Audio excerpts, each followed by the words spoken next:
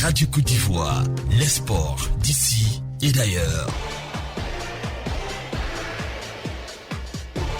Le journal des sports. Serge Dacoury.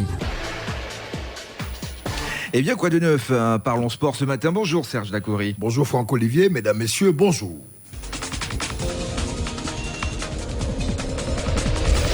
Rebonjour à tous. Du football en local pour ouvrir ce journal. Rencontre du comité de normalisation avec les clubs demain mardi. Fraîchement nommé par la FIFA il y a une dizaine de jours à la tête du comité de normalisation, Madame Mariam Dao Gabala rencontre demain mardi 2 février les clubs et groupements d'intérêt. Pas de temps à perdre pour la nouvelle présidente qui aura beaucoup de dossiers à éplucher. Il s'agira seulement de parler de la reprise du championnat, des équipes nationales, des fonds Covid alloués et pas mal de choses qui vont être débattues avec la nouvelle instance qui dirige le football ivoirien depuis pratiquement une dizaine de jours. Madame Dao Gabala passe son examen de passage avec les clubs et groupements d'intérêt. Foot sur le continent. CHAN 2020, du côté du Cameroun, eh bien, on connaît depuis ce week-end les 4 pays qualifiés pour la demi-finale de mercredi prochain. Les quarts de finale de ce CHAN ont débuté samedi dernier pour s'achever hier dimanche. Mali-Congo, Brazzaville et le choc Cameroun-RD Congo étaient au programme samedi dernier. Eh bien, 0-0 après la prolongation pour le Mali. Et c'est au tir au but que les Aigles du Mali ont pris le meilleur 5-4 sur le Congo-Brazzaville qui n'a pas démérité.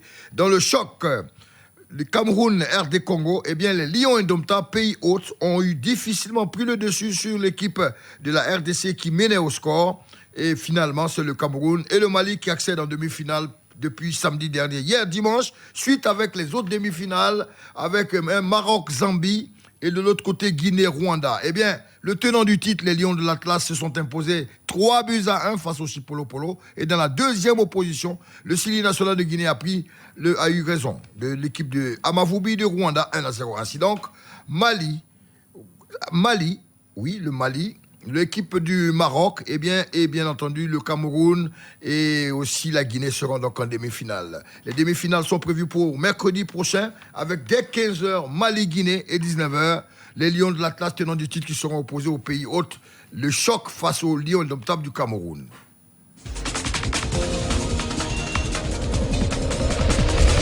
En inter, football en inter, eh bien, tour d'Europe des différents championnats. Le Paris Saint-Germain a chuté. Oui, le Paris Saint-Germain du nouvel entraîneur Mauricio Pochettino a subi la loi d'une équipe révoltée de Lorient qui les a battus 2-1. Du coup, Paris perd son fauteuil, occupé désormais par Lille qui a gagné petitement Dijon 1-0 et Lyon qui est deuxième avec sa victoire 1-0 également sur l'équipe de Bordeaux. En première ligue anglaise, eh bien, Man City continue sa marche victorieuse. Petite victoire 1-0 sur Sheffield, qui suffit au bonheur de Guardiola et les siens pour occuper le fauteuil de leader. Tandis qu'Arsenal a été tenu en échec, Manchester United a été tenu en échec par Arsenal. Et Chelsea enregistre la première victoire de l'ère Thomas Tuchel, l'entraîneur allemand qui a succédé à Frank Lampard. En Allemagne, les jours passés se ressemblent pour le Bayern de Munich souverain. Victoire sans bavure devant l'équipe de Hoffenheim, 4-1 avec le 24e but en 19 journées de Robert Lewandowski. Leipzig a gagné 1-0 face à l'équipe de Leverkusen. Dortmund a été sans appel, 3-1 face à l'équipe de Augsbourg. Le Bayern est toujours leader avec 6 points d'avance sur son poursuivant. En Italie, 19e journée, le Milan garde son fauteuil de leader. Le Milan, s'est imposé petitement face à l'équipe de Benevento, 2-1 face à Bologne. Et l'Inter a atomisé complètement Benevento 4-0. La Juve, opposée à la Sampdoria en déplacement, la Juve s'est imposée 2-0. Enfin, la Liga espagnole, coup de théâtre, le Real Madrid a chuté à la maison, au stade Alfredo Di Stefano. Le Real de Madrid, opposé à Levante, à 10-11 avec l'expulsion de son défenseur. Le Real a chuté 2-1. Zidane était absent pour Covid. L'équipe qui est intraitable et qui continue avec 10 points d'avance, ce sont les Cochoneros de l'Atlético Madrid. Vainqueur à déplacement de Cadiz, le promu, 4-2 avec un doublé de Luis Suarez.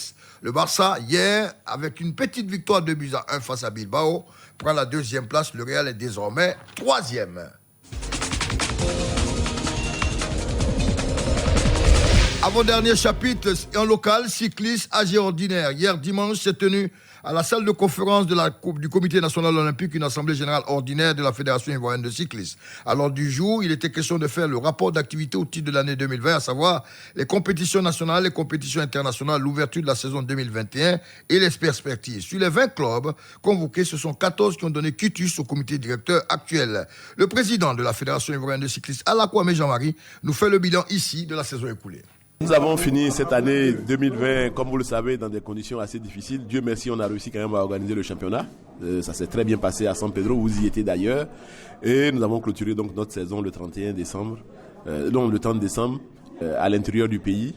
Mais avant ça, il y a eu une compétition également à Treichville qui était très bien. Donc, nous avons fini 2020 avec quelques compétitions. Du point de vue financier, c'est un bilan qui est positif, dans la mesure où il y a encore un peu d'argent en caisse, ce qui n'était pas arrivé depuis très longtemps. On finit en handball en international, mondial de handball homme en Égypte. Eh bien, hier, c'était la finale. Eh bien, les Danois de Mikkel Hansen ont conservé leur titre opposé à la Suède. Eh bien, 2 buts de différence ont permis donc aux Danois, tenant du titre, de conserver leur trône. Ils étaient opposés à la Suède. Bien avant, dans la petite finale, la France qui était opposée à la Roja espagnole, eh bien, la France n'a pas pu tenir le rythme. Les Espagnols se sont imposés, eh bien, 39-25. Du coup, l'Espagne gagne la médaille de bronze. Premier, donc, le Danemark, champion du monde, qui garde son trophée. Deuxième, la Suède. Troisième, l'Espagne. Et quatrième, la France, qui ne gagnera pas de médaille à cette compétition. Voilà donc tout pour ce premier journal des sports sur Radio Côte d'Ivoire.